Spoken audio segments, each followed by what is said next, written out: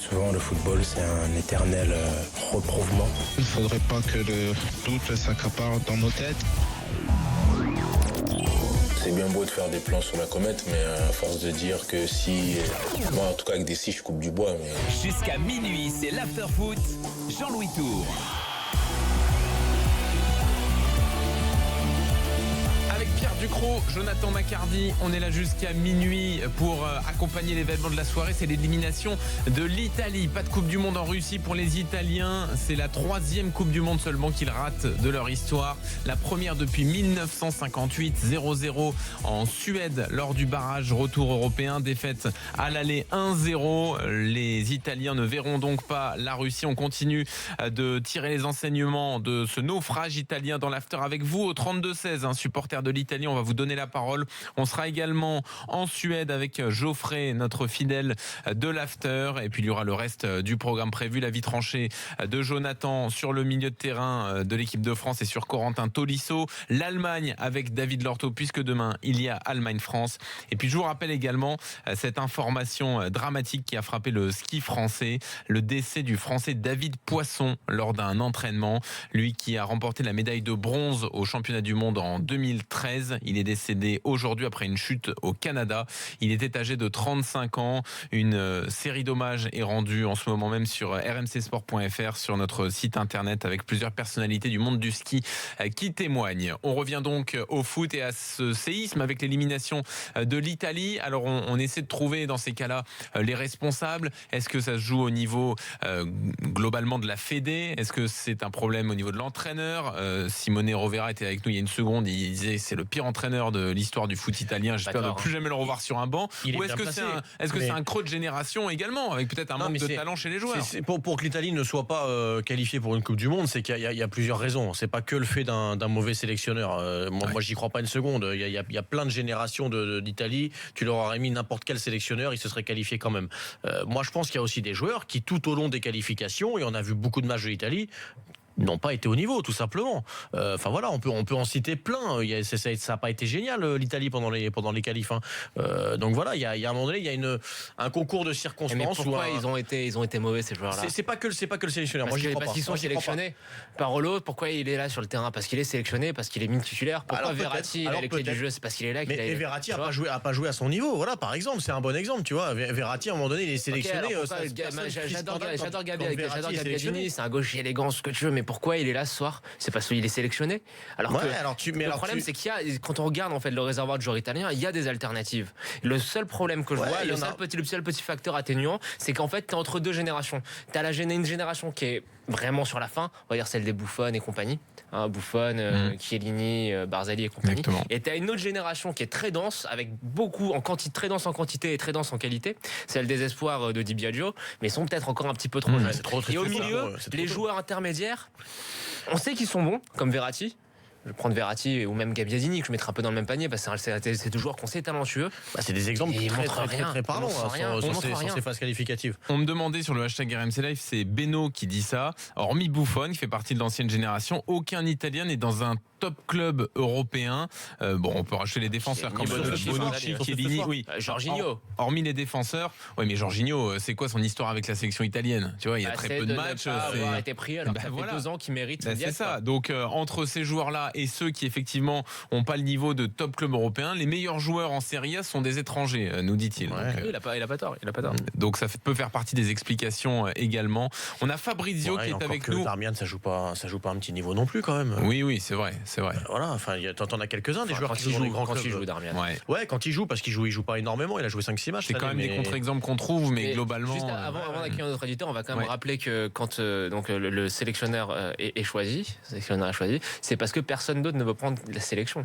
C'est un choix par défaut. C'est un choix par défaut et parce que beaucoup d'entraîneurs, dont Ancelotti, sont très intéressés par prendre cette équipe d'Italie, mais justement pour avoir dans 3-4 ans, parce que là ils savent qu'ils vont se régaler, ils savent qu'ils vont avoir plein de possibilités. Et pour l'instant, il y a un creux de génération, comme on le disait. Fabrizio est avec nous au 32-16. Bonsoir Fabrizio. Bonsoir. Bonsoir. Je ne pense pas que ce soit Fabrizio Ravanelli. Non, pas vraiment. J'ai pas les cheveux gris encore. Ouais. Ça peut s'arranger. Oh, mais ça peut arriver vite. Hein. Méfie-toi, C'est une teinture. tu les vois pas arriver. Puis Bon, Fabrizio, forcément, tu t'es fait des cheveux blancs ce soir. C'est quelque chose. Tu nous disais là, au standard, que tu t'y attendais à cette élimination? Oui, un petit peu, je m'y attendais parce qu'en fait, je pense que le mal est profond dans le football italien. Moi, je suis un tifosi depuis tout jeune. Et, De quelle équipe? de Naples. Ok. Mes parents sont originaires de Naples, moi je suis né en France.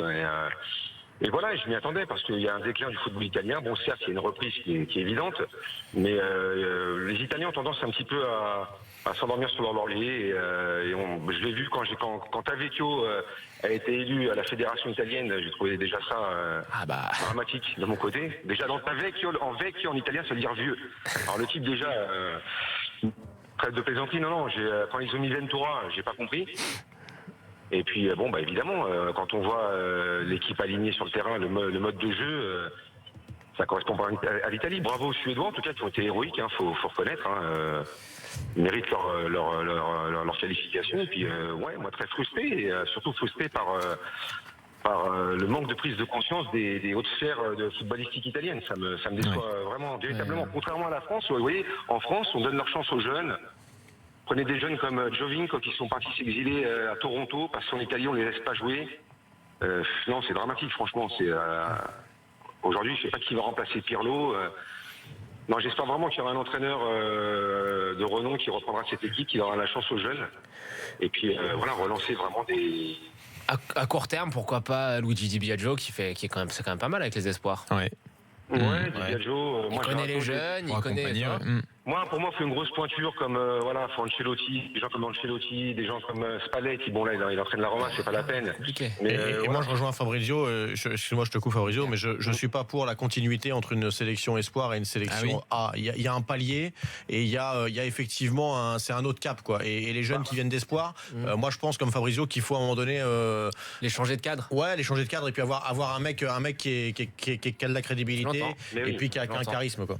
On voit ce que ça a donné en France avec Domenech. Regardez par exemple. Domenech entraîne les moins de 21 ans aussi. Donc mais en France, il y a vraiment un vivier de footballeurs aujourd'hui chez les jeunes. Et on voit qu'on leur donne leur chance. D'ailleurs, en France, on ne sait pas qui faire jouer, tellement qu'il y a des bons joueurs. Non, il faut dire la vérité. Moi, j'ai tous mes potes qui sont supporters de l'équipe de France, donc c'est la guéguerre. Là, je vais me faire charrier. Mais bon, il faut être objectif dans la vie. Il ne faut pas être non plus un supporter bête.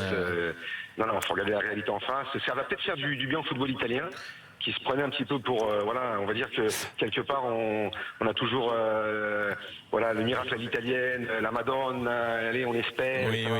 Ça passe toujours quoi. Là c'est pas passé cette fois. Ça va nous faire bizarre à tous. J'étais dans un bar ce soir et quand Buffon est monté, je voyais les supporters italiens qui gueulaient. Je dis mais pourquoi ils gueulent? Qu'est-ce qu'il va faire Buffon? Je pensais que Buffon avait marqué un but, quoi. Vous voyez, mais tu sais quoi, Fabrizio, on n'est pas naïf, on connaît le foot et effectivement, on sait qu'il y a très peu de chances que ça arrive, mais on avait envie d'y croire aussi, nous.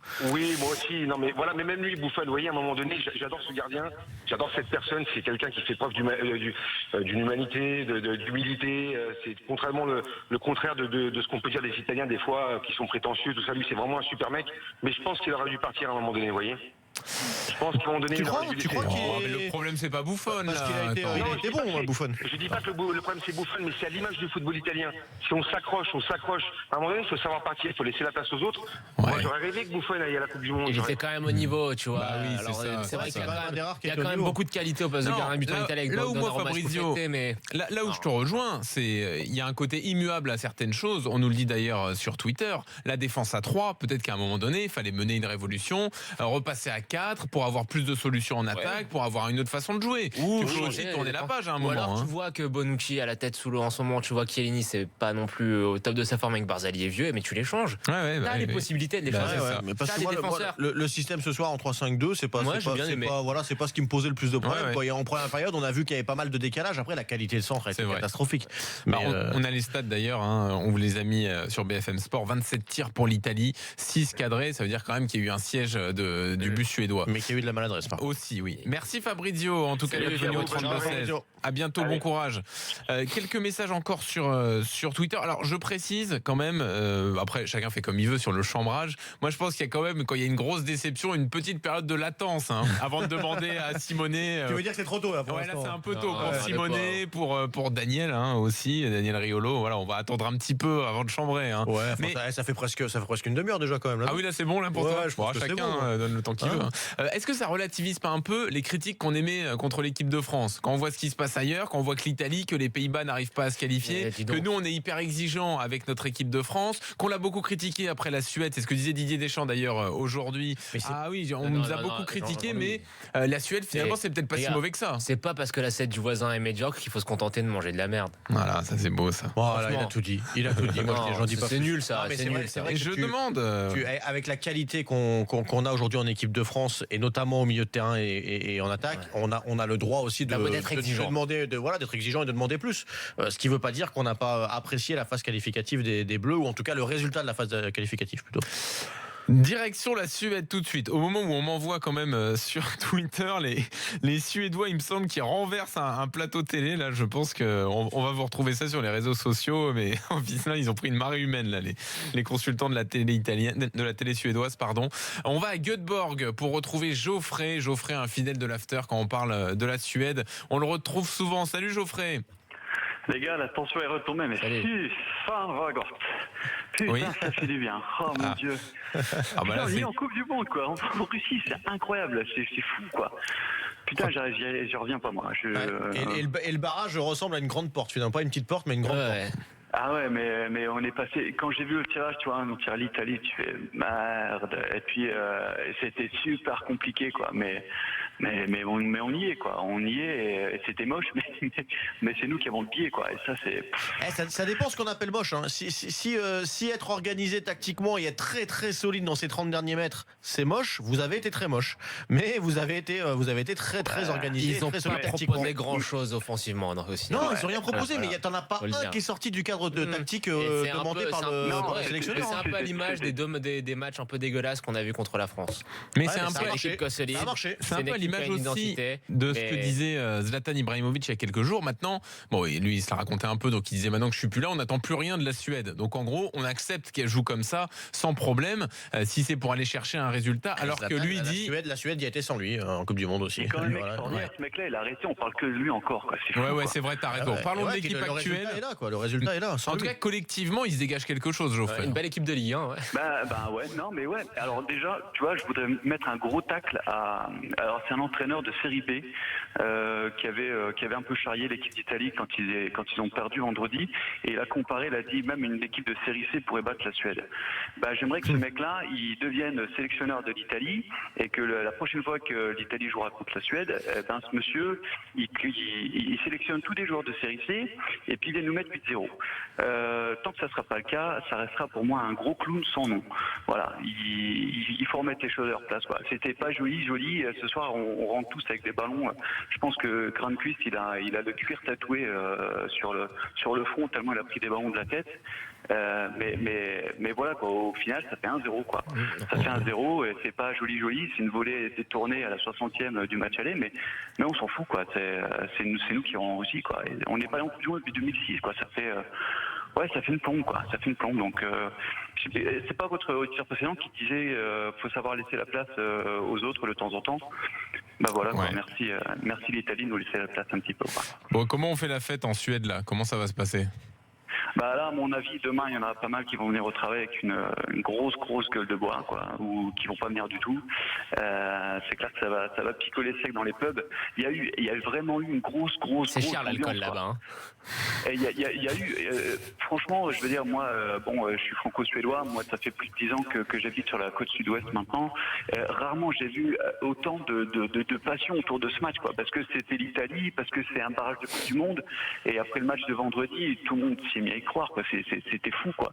Cette ambiance aujourd'hui, tout le monde ne parlait plus que de ça. Et je pense que ce soir, moi j'habitais à la campagne, mais à mon avis dans les villes, ça doit être un truc de dingue, quoi. Bah ouais, on imagine. Ouais. Geoffrey, merci en tout cas d'être venu dans l'after. Est-ce que je peux juste dire deux choses? Ah bah bien sûr. Juste deux choses. Un, je voudrais saluer quand même le capitaine de l'équipe d'Italie parce que aux hymnes, ça a été extrêmement sifflé, c'est de bonne guerre. Moi, je prends pas ça mal, mais il a essayé de faire applaudir le stade pour notre hymne. On peut en débattre. Hein. Est-ce que c'est de bonne guerre de siffler l'hymne adverse? T'as pas besoin de siffler une hymne adverse quand même. Même dans un match en jeu. Je trouve ça grand de sa part, quoi. Et je voudrais dire une deuxième chose. J'ai mis un premier tacle et je vais en mettre un deuxième. Un quotidien ou un hebdomadaire, je sais pas, que vous connaissez très bien, qui s'appelle SoFoot et qui a fait tous les articles pour sauver le soldat italien. Il n'y a pas que des supporters italiens, même en France. Il y a des franco-scandinaves en France. Et je pense qu'on mérite autant notre place en Coupe du Monde que l'Italie, le palmarès. Oui, attends, c'est Coco et Geoffrey. C'est normal quand même que l'Italie fasse plus vendre en France que la Suède. Il faut pas non plus jouer au piège effarouché, c'est normal. Tu peux pas en vouloir, ils font du bon boulot. En plus, les articles étaient sympas, tu vois. Je trouve qu'à un moment donné, c'était limite exagéré et c'était limite. Et c'était pas contre la Suède, quoi. Il y avait un brin de second degré que SoFoot assume parfaitement. Donc, là où je rejoins Geoffrey, c'est qu'on n'a pas beaucoup parlé de la Suède. Bien sûr, mais bien sûr. Il aurait mérité peut-être plus. Oui, mais attendez. Il y a une question démographique aussi, tu vois. On va pas découvrir aujourd'hui comment les choix éditoriaux sont faits. Mais l'événement, c'est l'Italie qui va pas à la Coupe du Monde, pas la Suède qui se qualifie. Je suis désolé. L'exploit des Suédois est magnifique, ils se sont bagarrés. Mais l'événement, vraiment, ce qui est exceptionnel, c'est l'élimination de l'Italie. Sauf que tu sais quoi, moi j'attends d'un journal comme SoFoot qui fait des très bons articles et je te rejoins là-dessus. De nous apprendre aussi et de nous faire découvrir un peu plus le football qui arrive. Ils le font aussi. Ils sont allés sur place. Là, sur ce coup-là, je suis assez d'accord avec Geoffrey. Bon. Ils en ont fait des très beaux sur la Suède, qui continuent comme ça. Bon, Geoffrey, merci en tout cas d'être venu. À bientôt. Profite bien alors. On va te voir tout l'été, on va t'entendre tout l'été. Appelle-nous cet été. On est compte que. Appelle cet été. Ah bah bien sûr, là tu seras bienvenu tout l'été, Geoffrey. J'ai réservé mes billets pour Saint-Pétersbourg. Le mur jaune va se déplacer parce que les supporters suédois se déplacent toujours en masse. Ça c'est beau aussi. J'étais surpris de l'ambiance à San Siro. Je pensais pas que les Italiens soutiendraient leur équipe comme ils l'ont fait. Mais coup de chapeau aussi aux Suédois qui se déplacent toujours en masse. Il y a toujours une grosse pression populaire autour de l'équipe nationale. Geoffrey, bravo aux supporters aussi. On se reparle cet été, évidemment, pendant la Coupe du Monde. À bientôt dans l'after. Salut. À bientôt. Bonne soirée tout le monde. À bientôt. Bye bye. Alors, voilà, on remercie Geoffrey. Je vous rappelle donc, si vous nous rejoignez seulement maintenant sur RMC, que l'Italie, 4 fois championne du monde, ne sera pas en Russie. Donc, les Pays-Bas non plus ne sont pas qualifiés. Ça fait quand même 2 grosses nations du foot éliminées. Mais en même temps, heureusement que la France est là. Ah oui, la France est là, oui, quand même. Mais en même temps, est-ce qu'il ne faut pas se rendre à l'évidence, les choses, le monde bouge, quoi. Les choses changent. Bien sûr. Donc voilà, c'est logique aussi que certaines équipes, parfois, aient un creux, une période de moins bien. On n'arrête pas de dire il n'y a plus de petites équipes, donc maintenant. Quand tu vois le match que font les Suédois tactiquement ce soir, ils n'ont rien à envier à des grosses équipes qui peuvent faire le même type de match. Pierre, je les ai bien aimés, mais sur le plan tactique, il a mis 2 lignes de 4. Sur le non plus, il a pas inventé l'autre chose. Là, je peux pas te laisser. Il a mis 2 lignes de 4, ils ont sorti le ballon super rapidement. Je vais te mettre dans une ligne de 4, toi, sur un terrain, et tu vas voir si c'est juste on se met en 2 lignes de 4, les gars. Non, mais je suis d'accord, c'était bien fait. C'était bien fait. Mais c'est pas non plus hyper. Avec la fatigue, avec les efforts, etc., t'en as pas un qui sort du 4. Ce que je veux dire, c'est qu'il a les joueurs pour le faire, et les joueurs qui ont la qualité physique, qui ont la densité musculaire, la densité physique pour le faire. Jean-Louis, il y a quelques années, peut-être 10-15 ans, ces équipes-là étaient peut-être pas capables de le faire aussi facilement, enfin aussi bien, parce que maintenant tu as des bons joueurs et des joueurs formés tactiquement partout, quoi. Partout. Mais ça devient plus dur pour les grosses cylindrées.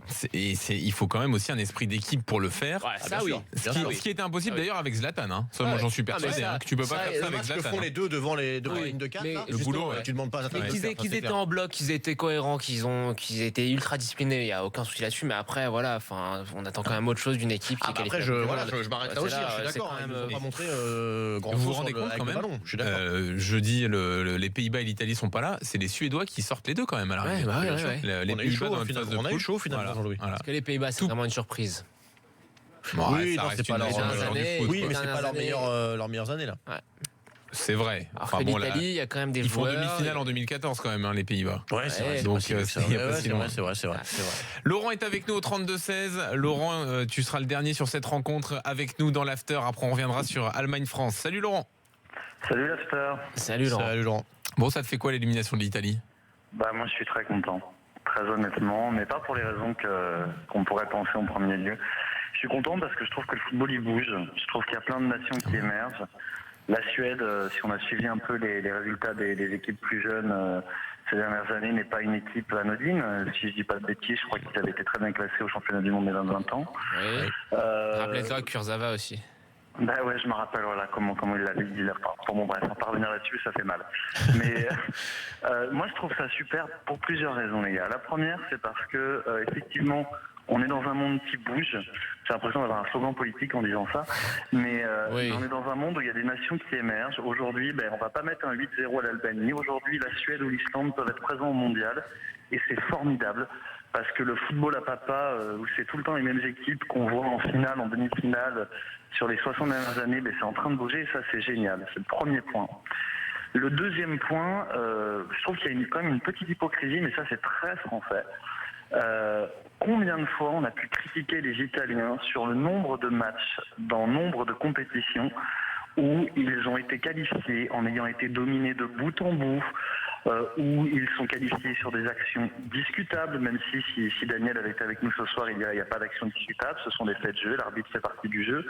Néanmoins, par rapport à tout ce qui s'est passé dans le passé, je parle sur les 30 dernières années, moi je suis ravi que les Italiens aient dominé les deux matchs, que les Italiens n'aient pas pu marquer. Je suis ravi pour le football, pour le renouvellement du football, pour la détestation que j'ai par moment de l'Italie, je dois être honnête, mais aussi pour la nouvelle équipe d'Italie qu'on va voir émerger dans les années qui viennent, parce qu'effectivement, ils ont une génération géniale. Après, attention à l'enflammate, je ne sais plus qui disait dans l'équipe de l'After en début d'After ce soir que l'Espagne et l'Italie avaient souvent les meilleures générations. C'est la France. C'est la France qui est la meilleure génération. Et c'est Joachim Löw qui le dit, c'est le sélectionneur d'Angleterre. Ils ont fait quoi le dernière compétition espoir cet été, la France ? Oui, mais bon, on a changé d'entraîneur depuis. Ouais. Ce soir, En talent pur, il a raison. C'est la France. Après, il faut voir ce que ça donne derrière.